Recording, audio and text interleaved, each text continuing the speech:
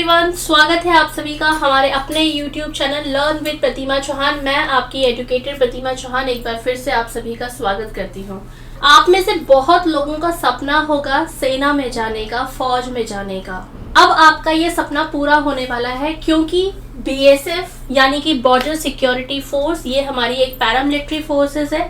Ministry of home affairs के under में आने वाली डिफरेंट फोर्सेस में से one of the guarding force जो हमारे बॉर्डर पे सिक्योरिटी करती है, उसमें वैकेंसी निकल चुकी है और फौज में अफसर बनने का एक सुनहरा मौका सरकार आपको दे रही है। तो किस तरह से आप अपने तकनीकी ज्ञान से, टेक्निकल नॉलेज से आप किस तरीके से फौज में रहकर देश की सेवा कर सकते हैं, ये आपको मौका BSF प्रोवाइड कर रही है। जी हाँ, आपने बिल्कुल सही सुना।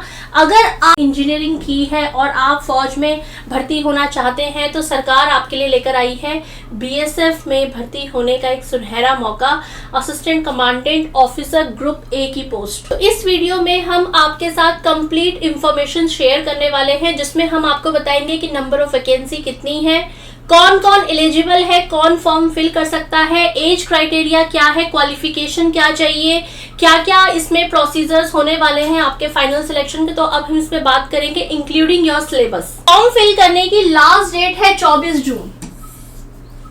24 जून तक आप इस फॉर्म को फिल कर सकते हैं।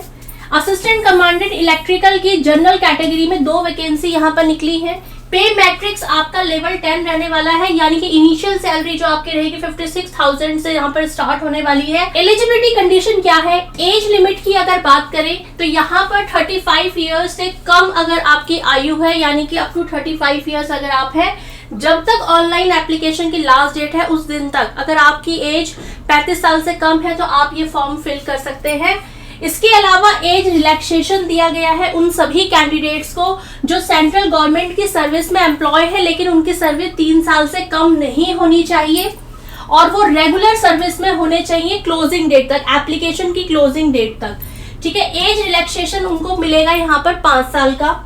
इसके अलावा जो बच्चे डिपेंडेंट हैं या तो जिनकी फैमिली गुजरात राइट्स में 2002 में या फिर 1984 में जो सिख दंगे हुए थे उसमें अगर उनकी फैमिली अफेक्टेड है तो उनकी फैमिली में उनके चिल्ड्रंस को और उनके डिपेंडेंट को यहाँ पर एज रिलैक्सेशन दिया जाएगा 5 साल का। एजुकेशनल क्वालिफिकेशन की अगर हम बात करें तो आपको यहाँ पर डिग्री होनी चाहिए आपके पास इलेक्ट्रिकल, या तो आपके पास BTech इलेक्ट्रिकल होना चाहिए या फिर बैचलर ऑफ इंजीनियरिंग आपके पास होना चाहिए BE इलेक्ट्रिकल इंजीनियरिंग में। अगर आपके पास इलेक्ट्रिकल एंड इलेक्ट्रॉनिक्स इंजीनियरिंग है तो भी आप इसमें एलिजिबल हैं फॉर्म फिल करने के। फिजिकल स्टैंडर्ड की बात करते हैं तो यहाँ पर फिजिकल स्टैंडर्ड जो यहाँ पर तय किया गया है, मेल के लिए हाइट होनी चाहिए मिनिमम 165 सेंटीमीटर। अगर आपके 165 सेंटीमीटर है तो ही आप एलिजिबल है, उससे कम है तो फॉर्म फिल मत कीजिएगा, आपका फॉर्म रिजेक्ट हो जाएगा।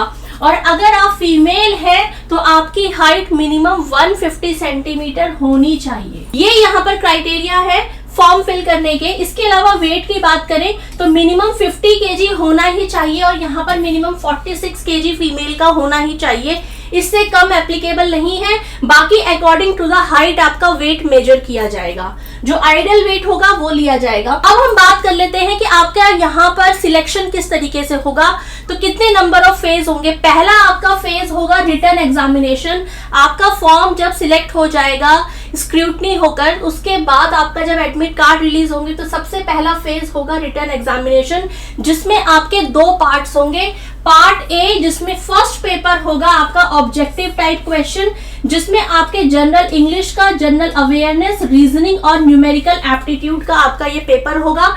25 क्वेश्चन टोटल आएंगे इसमें और 25 मार्क्स ही टोटल होंगे, यानी कि 100 क्वेश्चंस होंगे आपके 100 मार्क्स के और टाइम दिया जाएगा आपको 2 घंटे का। इसका पूरा सिलेबस आपको हमारे चैनल पे प्रोवाइड कर दिया जाएगा और प्रीवियस जो हमारी वीडियोस हैं आप उनका रेफरेंस भी यहाँ पर ले सकते हैं। इसके बाद जो आपका सेकंड पेपर होगा subjective and conventional type paper होगा आपका 2 घंटे का। इसमें आपके 10 क्वेश्चन होंगे और वो 10 क्वेश्चन आपके 100 नंबर के होंगे। ठीक है, आपको इसमें क्वालिफाई करने के लिए, जनरल कैटेगरी में क्वालिफाई करने के लिए मिनिमम 50% मार्क्स आपके होने चाहिए हर एक पेपर में, पार्ट A में भी और पार्ट A में भी, तब जाके आपका रिटन एग्जामिनेशन यहाँ पर क्वालिफाई माना जाएगा। फिर जब आपका फर्स्ट फेज क्लियर हो जाएगा रिटन एग्जामिनेशन, उसके बाद सेकंड फेज में आपको बुलाया जाएगा। उसमें सबसे पहले आपका डॉक्यूमेंटेशन क्लियर होगा। जैसे 1 बाय 1 आपके ये राउंड क्लियर होते जाएंगे, वैसे वैसे आप आगे बढ़ते जाएंगे। आपके सबसे पहले डॉक्यूमेंट्स चेक होंगे। अगर सारे डॉक्यूमेंट्स प्रोवाइड आपके पास है जो कि इन्होंने मांगे हैं, तो उसके बाद आपको फिजिकल स्टैंडर्ड टेस्ट के लिए आगे भेज दिया जाएगा। फिजिकल स्टैंडर्ड टेस्ट में आपकी हाइट, वेट, चेस्ट आपका मेजर किया जाएगा। जब आप उसे भी क्वालिफाई कर लेंगे, उसके बाद आपका फिजिकल एफिशिएंसी टेस्ट होगा, जिसमें आपको, अगर आप मेल हैं तो रनिंग होगी आपकी 8 मिनट में 1 माइल आपको रन करना पड़ेगा। अगर आप फीमेल हैं तो यही रनिंग आपको 12 मिनट में पूरी करनी होगी। अगर हम यहाँ पर ब्रॉड जंप की बात करें तो मेल के लिए ये है 4 फीट 6 इंच और फीमेल के लिए है ये 3 फीट। इसके अलावा अगर आपके डिच क्लियरेंस की बात करें तो वो 6 फीट है पुरुषों के लिए, और महिलाओं के लिए ये यहाँ पर सिर्फ और सिर्फ 4 फीट है। फिर उसके बाद सेकंड फेज क्लियर करने के बाद आपका थर्ड फेज आएगा इंटरव्यू। जो बच्चे रिटर्न के बाद क्वालिफाई करके जिनका डॉक्यूमेंटेशन, पीएसटी और पीईटी क्लियर होगा, उनको इंटरव्यू के लिए यहाँ पर बुलाया जाएगा। इंटरव्यू यहाँ पर 50 नंबर का होगा, और ये नंबर किस तरीके से यहाँ पर डिवाइड किए गए हैं वो आपके सामने है। आपको अपने सब्जेक्ट की नॉलेज होनी चाहिए, वो आपका टेस्ट किया जाएगा, जिसके मार्क्स आपके 25 मार्क्स होंगे। इसके बाद आपका पर्सनालिटी टेस्ट होगा, उसके भी 5 नंबर आपको दिए जाएंगे।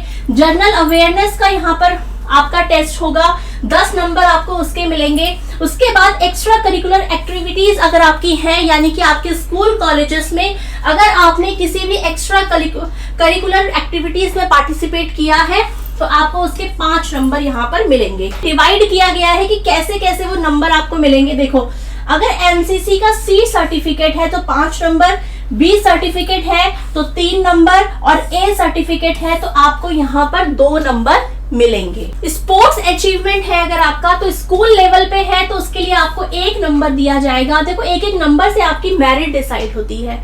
तो ये सब पॉइंट्स जो है अगर आपके पास है तो ये आपके मेरिट में ऊपर आने में आपका हेल्प करेंगे। अगर यूनिवर्सिटी लेवल पे आपने कोई गेम खेला है तो उसके आपको 2 नंबर मिलेंगे। स्टेट लेवल पे अगर आपने कोई गेम खेला है तो 3 नंबर आपको दिए जाएंगे, और नेशनल लेवल पे अगर आप गेम खेलते हैं तो उसके आपको यहाँ पर 5 नंबर दिए जाएंगे। इसके अलावा बच्चे, अगर आपका एक्सपीरियंस भी यहाँ पर काउंट होगा। एसेंशियल नहीं है, लेकिन अगर है आपके पास एक्सपीरियंस तो बच्चे अगर 6 महीने से कम है तो कोई आपको यहाँ पर मार्क्स नहीं मिलेंगे। लेकिन अगर 6 महीने वाला एक्सपीरियंस है तो 1 नंबर। जैसे जैसे एक्सपीरियंस बढ़ता जाएगा नंबर भी आपके बढ़ते जाएंगे। 12 महीने तक एक्सपीरियंस है तो 2 नंबर, 18 महीने तक है तो 3 नंबर, 24 महीने तक का एक्सपीरियंस है तो 4 नंबर, और अगर ये एक्सपीरियंस बच्चे आपको 2 साल का है तो आपको यहाँ पर फुल मार्क्स यानी कि 5 मार्क्स टोटल दिए जाएंगे। इस तरीके से आपके ये 50 नंबर यहाँ पर इन्होंने डिवाइड किए हैं।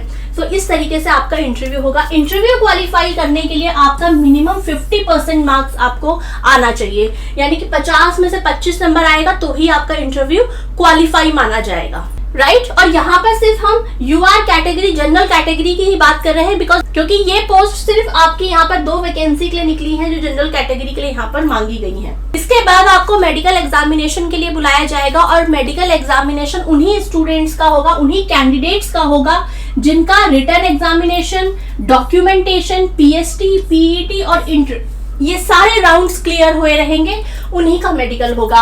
और जब मेडिकल आपका हो जाएगा, इसके बाद आपके फाइनल मेरिट लगेगी, और फाइनल मेरिट में क्या क्या देखा जाएगा, कैसे वो मेरिट तैयार होगी। सबसे पहले total marks in written examination, आपका जो रिटन पेपर होगा उसमें आपके कुल मार्क्स कितने आपको मिले हैं उसके बेसिस पे।